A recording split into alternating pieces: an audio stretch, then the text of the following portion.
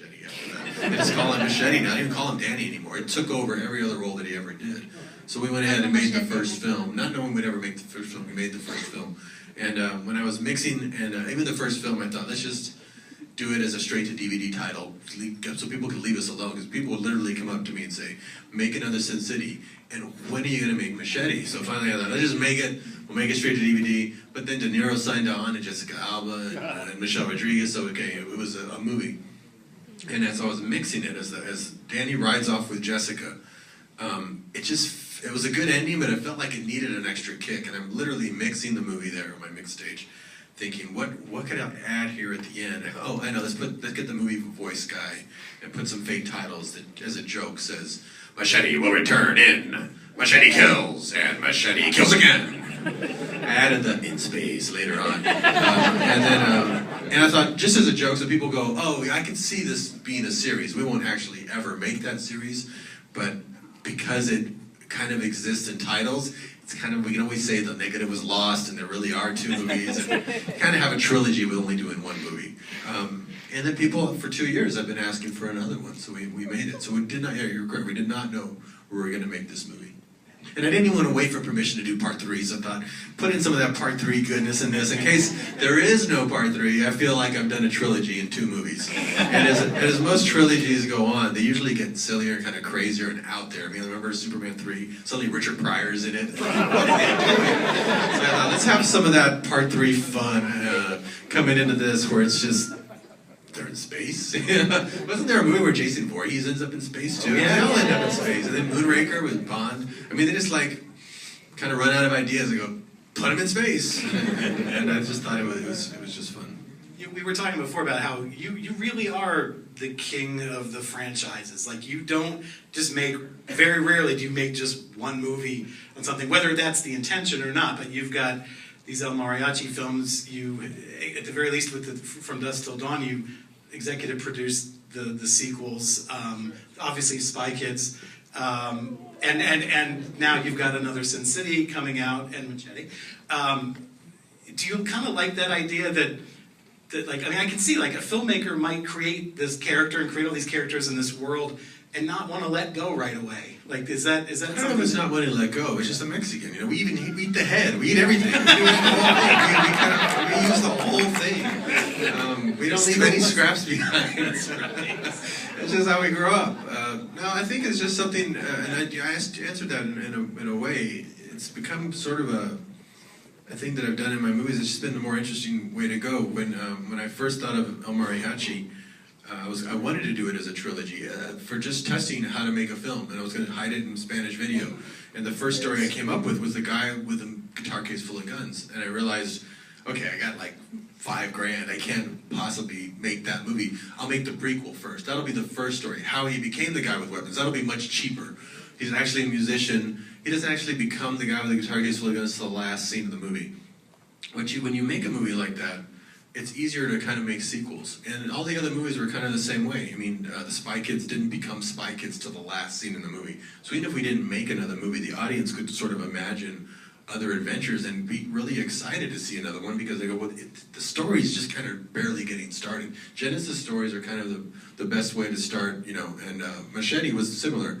He started as a day laborer, and by the end, when he holds up the machete and has become the leader of the people, that's where it ended. So you could imagine further adventures, which is why I added the title. So I think even if I don't make sequels, the audience could, you know, imagine. The Dusk Till Dawn, that was an addition that I did to that story. It was never set in a temple. I added it in a temple. So when that shot at the end of Dusk Till Dawn where it pulls back and you see a temple, it suggested a whole story that you did not see in the previous film. And I think that's why people like that movie, especially that ending. It's like a very Planet of the Apes type ending that suggests a whole series of films that could come after that. Speaking of which, am I hearing you're developing that somehow into a series for this network? I have a new network called the El Rey Network. Right, which I heard mentioned. Yeah, now we use it. Whenever you need to use a TV network, it's called the El Rey Network. It's proud to present. Yeah, there's that seed that we planted with a temple in Dusk Till Dawn. We're going to do a television series based on From Dusk Till Dawn, where we get to really explore that Aztec mythology and the demon culture will win. Sure. And Alexa, I got to imagine for a lot of actors that started out acting young, that at some point you want people to start seeing you as something old, slightly older. You don't want to age too fast, but tell me about like being a part of this film. Is this like was this sort of a deliberate attempt to sort of say to people, please, like I can do this too. Like I can kick ass and wear these great outfits. And by the way, her ability to like kick ass and kill people is only matched by her fashion sense, I think so. I think it's always tough for a child actor to make that transition into more grown-up roles. It was I had a lot of convincing to do. Robert was not keen on. She called me and said, Robert, I'm having trouble getting roles that aren't 17, 18-year-old roles. And I was like, what's wrong with that? She goes, I'm 25. Really? When did that happen? That can't be possible. And she said, so if you ever, you would be the one who would give me a shot before other people. So if you are casting like a Sin City or something, just keep me in mind. And I started laughing. I was like, oh my God, that'll never happen. Nobody will ever cast you in a movie like that. Neither would I. Because it was just, they see you too much, there's too much baggage, there's too much working against a type that they've already cast you in. And I realized that was part of the problem, and I had done the same for George Clooney, who was so good at playing a nice doctor on ER, he couldn't get work in film. So I cast him as a killer, and then it'll show that he could do 180 degrees from that.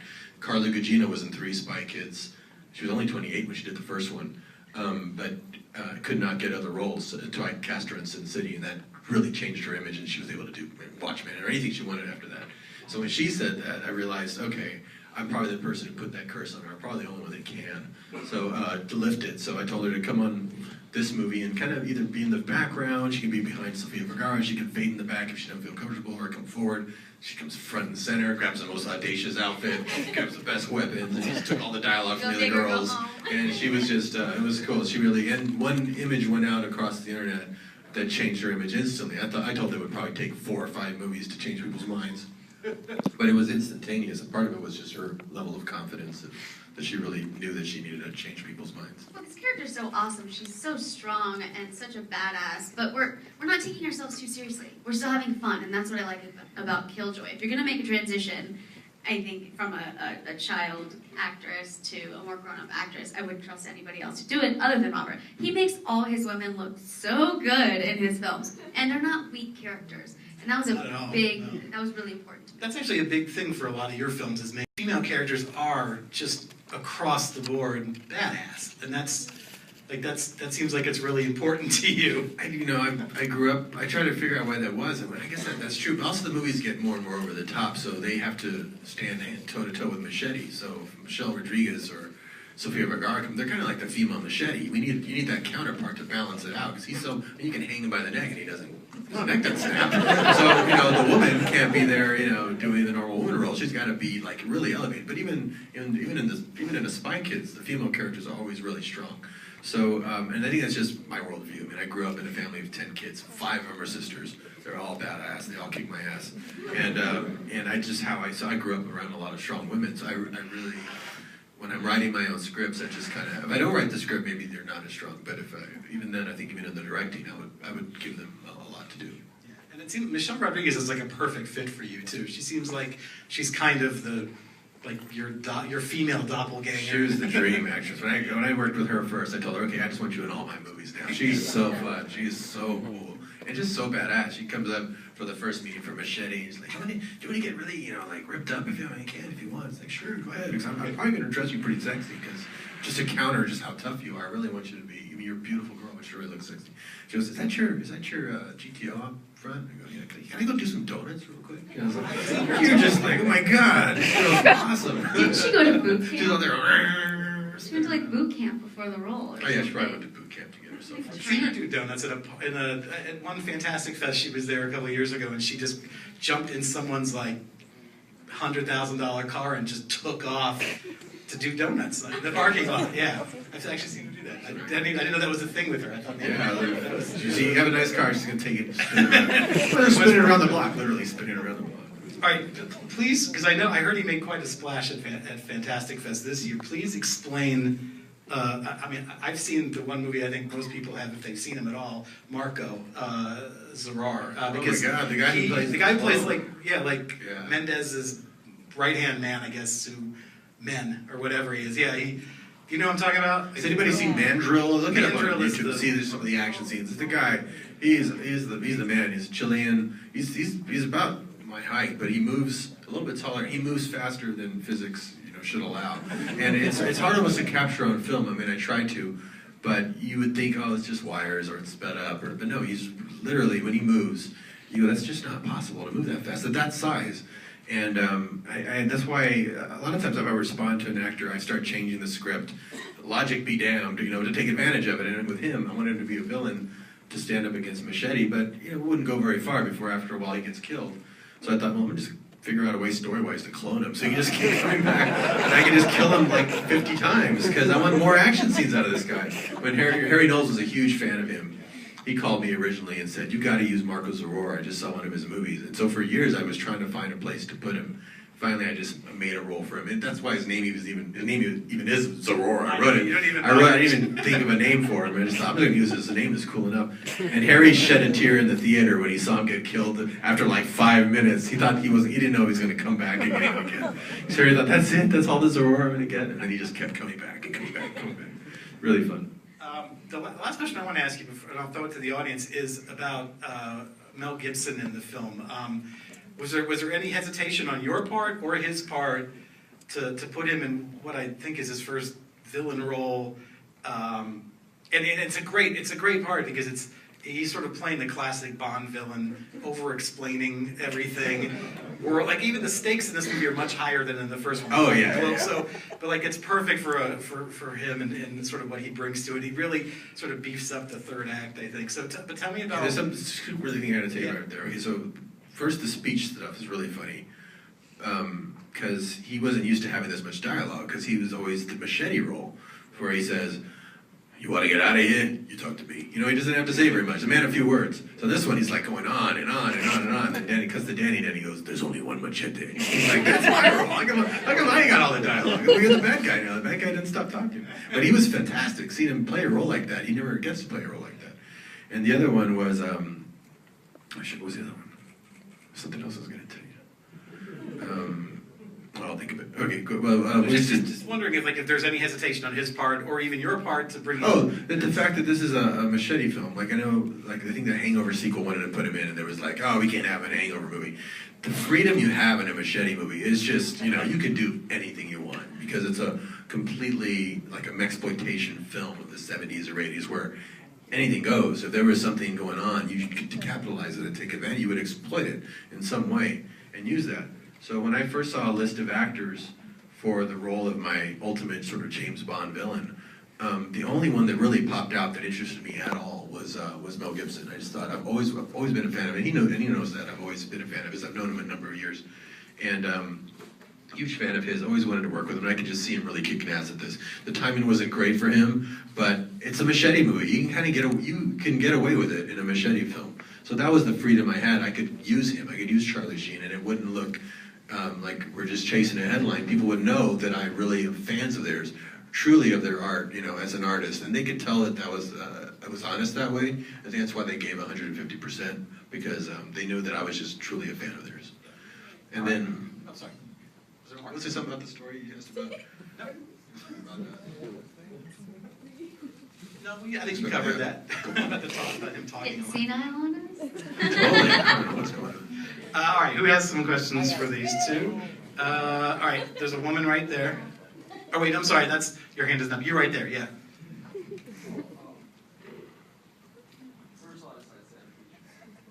Thank you.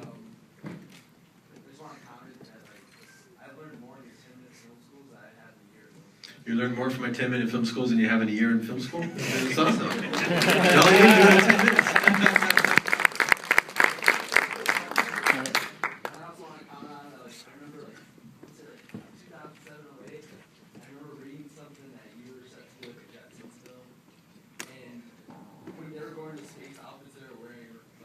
Oh, right. But I have so many questions. Feel free to ask one, sir. But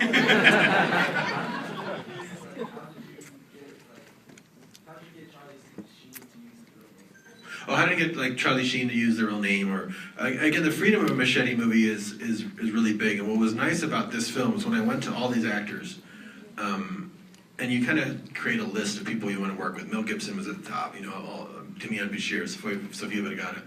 You have your wish list, and then you have a second list of, you know, when they all say no, you go to this list. But you go to the top ones first, and they all said yes because they had seen Machete or at least heard about it and knew that it was.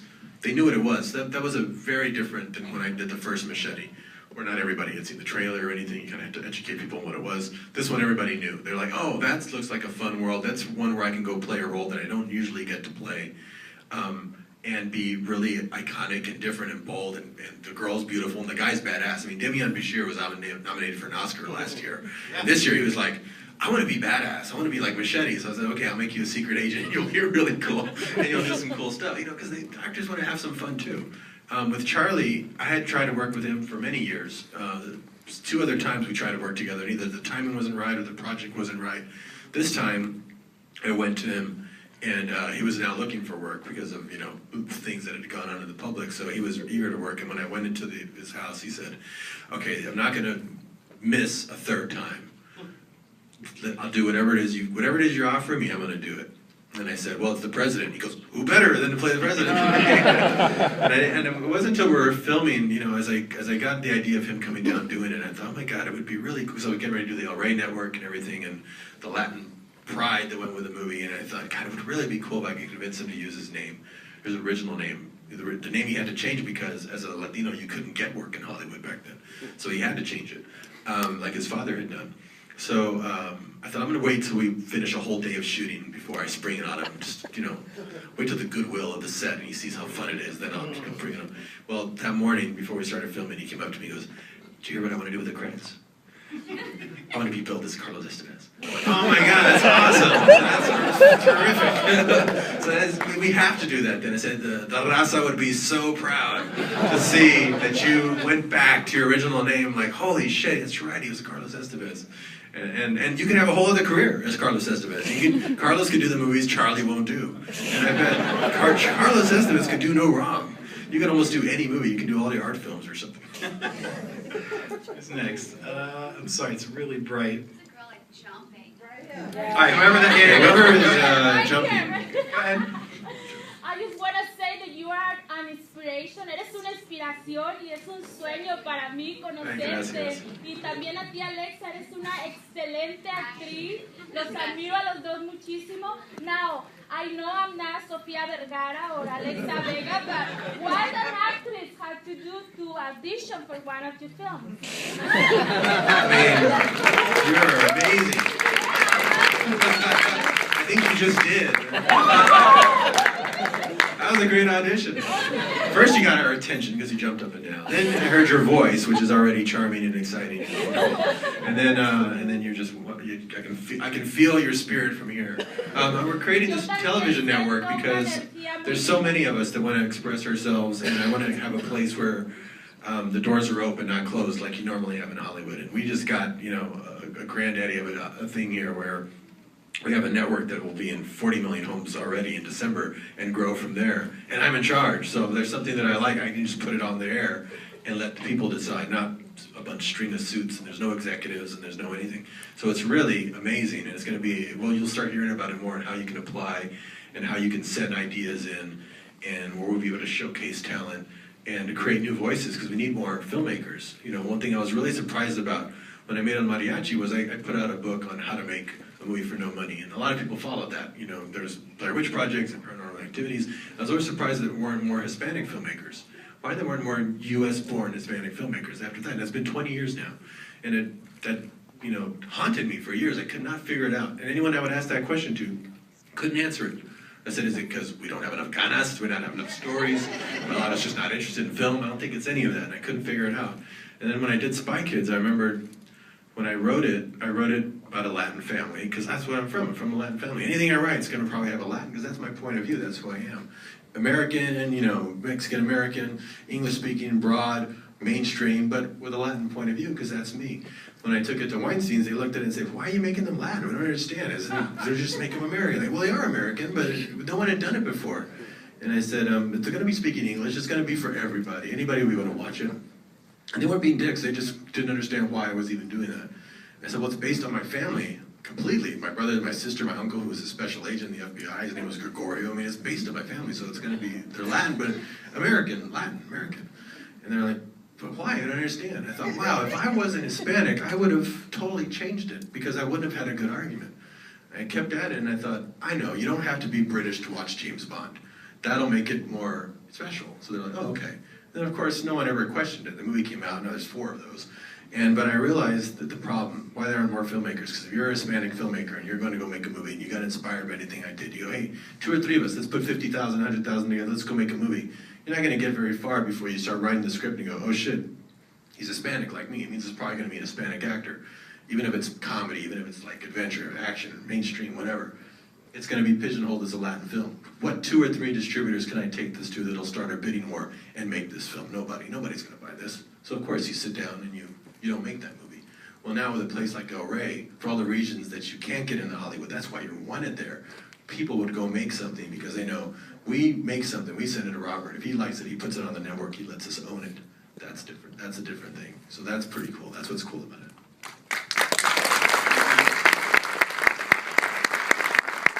Okay, we got time for, yeah, right there. Yep.